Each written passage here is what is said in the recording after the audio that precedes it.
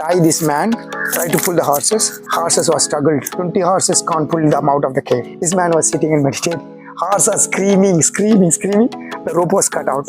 This man, not even one single move, he can't even open his eyes. So the rope was cut off. So who is this man? And then this is everyone go back, tell to the king, see, I can't take out of this man. But who is developed the yoga is yogis. Is a yogi. There's 9 different gurus. The yogi was developed yoga. But rishis, who is one of the guru, is a top guru called rishis. Rishis developed Maipadam. But Maipadam, we teach from 3 years you can start teach. From 3 years to 100 years you can teach. So this is a 360 dimensions of your muscles, bones, nervous systems, everything.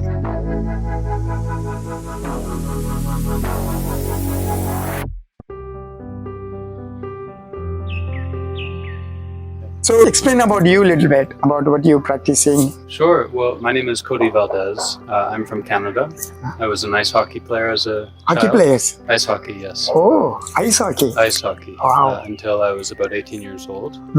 I took up traditional East Asian martial arts. East Asians, yeah. Yeah, at the age of 25.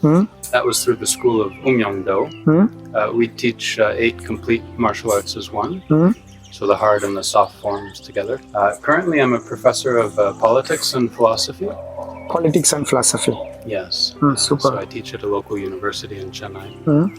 I've been trying out Maipadam through the Gurukulam's online virtual school. That's good. I'm very happy. I find the form rooting and it works the whole body. I feel refreshed after every practice. The instructor is very attentive and knowledgeable. So I'm looking forward to exploring this form a little further, learning the Karalakattai, and beyond that, my goals with respect to the martial arts are to develop internal health, internal strength, and the mind-body connection. Super. Okay, that means I have to tell your answer for your questions.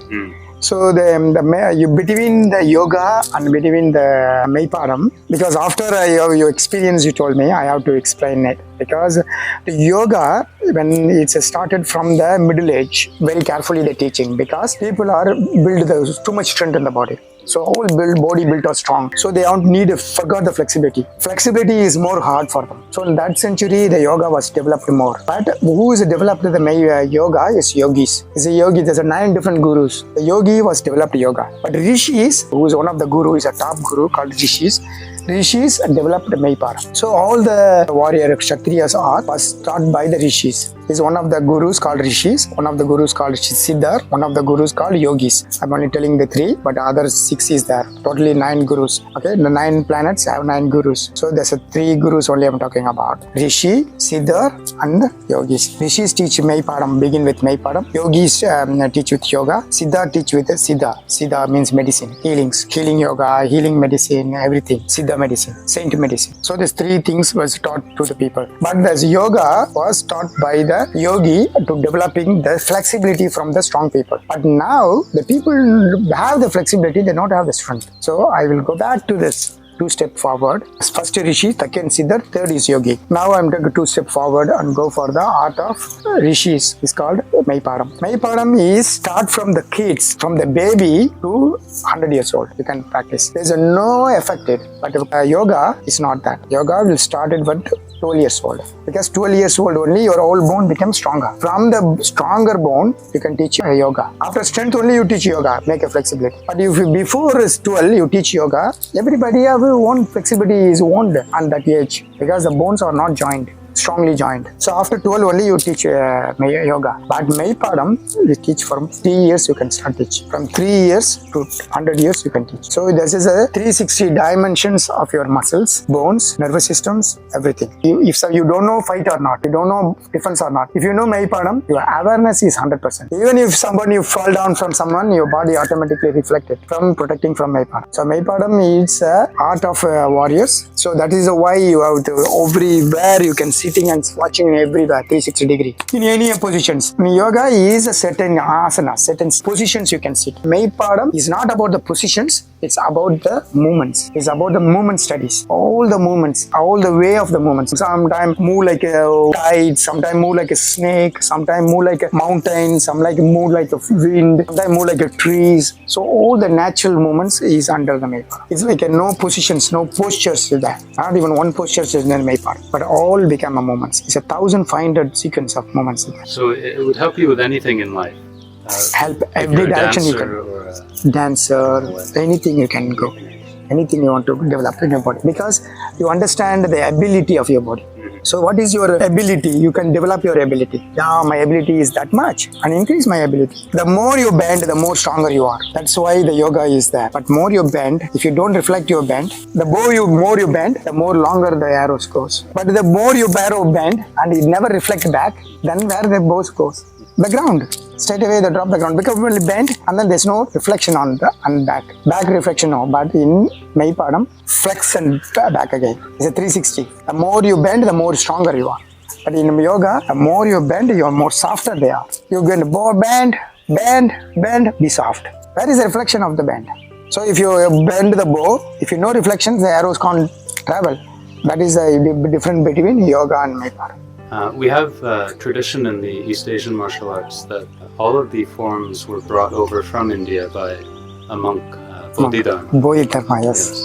I wonder if you would have anything to Oh say yeah, I about wrote a this. lot of article about him. He's one of the son. He's the seventh son of Kanda Varma Pallava. Pallava's seventh son. He has 6 children behind his brothers. After he's married, family was ignored him. When the people was ignored in that period, they all have to go to Thuravaram. Thuravaram means they have to go out of the family because you don't need to be people fight with it.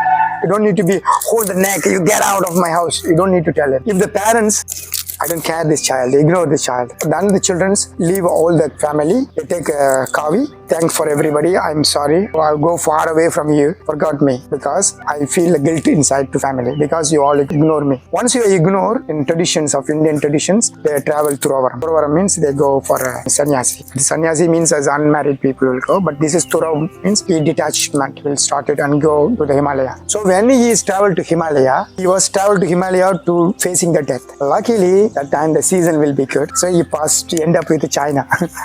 He reached in China. China without slipper, with walking in ice cubes. You see how strong guy will think. All the Chinese people look. One Indian monk with walk without his slippers and shoes, nothing, walking in ice cubes and sitting on the cave. Already is a 6 month. He's sitting on the cave. What? 6 months in the cave? No food, nothing. No sir, no food, nothing. So that time I said, people see this man was a Bodhidharma, was sitting on the cave with a long hair, with no dress, nothing. And then he saw that he doesn't want to facing the entrance of the cave. He just facing the wall of the cave. The wall, facing the wall of the cave. The entrance people comes, he doesn't want to attention the people who enter the cave. So he facing the wall of the cave. When I see the wall of the cave, his face was carving the wall. And he's opened the eyes and he see other Bodhidharma was looking at him. Because the shadows comes under the cave. And then there's a long time, he's carved the lightness, his energy carved himself as his body. So that time I was sitting there and one boy taking the long, small needles, spike needles, come and stab on his back and run away and just sitting on the entrance and watching what this man will wake up or sit alive or die. After the stabbing needles, so suddenly comes out of with full speed out of this cave, full speed out of the cave with the light. And this boy was scream and run and go to his father and tell him, and father will come and see him. Why you do this? No blood comes, nothing. Light only comes out of the body. Light comes out of the things and then automatically the injuries will disappear. And then the king asked him, go and take this man, bring back. They have to bring 20 horses, 20 to 30 horses, tie this man, try to pull the horses. Horses was struggled. 20 horses can't pull them out of the cave. This man was sitting and meditating. Horses are screaming. The rope was cut out. This man, not even one single move, he can't even open his eyes. So the rope was cut off. So who is this man? And then everyone go back, tell to the king, see, I can't take out of this man. So the king comes and say him, and then and ask him to beg him and sorry to him. And then he wake up and then bless him. And then in that time, the whole village was under the sickness. So he used a Siddha medicine to protect everything. Why he learned everything? That is the Kshatriya's art. Kshatriyas of every king's family have to learn every completions of art. What are the lists I put it there? All the art must be learned to be a guru. So he learned every art as a list. So he goes and heal all the village people, and he became a god of all the village people. He's become a living god. So from that day onwards, he is the one of the, every time you enter to the Buddha, he is the one first person to pray for. It's called Dharma. They call in China called Dharma. So his name is Bodhidharma. Dharma here, there they call the Dharma. Buddha means saint in Tamil. In Buddha means saint in Palu language. They call the Palu language. He is called Buddha. In Tamil language, he is called Siddha. That's a different meaning. And when you see the East Asian martial arts, do you see the fundamentals still in there? Yeah, I do. Mepadon. They have basic fundamental, they keep it. Not in the natural mimicry movements. They have the 5 element movement they have. So I have the more tradition than nature, because first they live 5 element: water, air, sky, fire, and earth. So these 5 element they all follow. So the 5 element still we are connected. The 5 element stance they do, movement they do, everything still there. The core and the basic foundation and the core is same. In between that, different way travel. Someone is rounding and reach. Someone is shortly go and reach. Someone traveling in different way of reach. So that is a different between. That's a depends on guru, isn't it? Any other question? No. Thank you so much. Thank you. Thank you.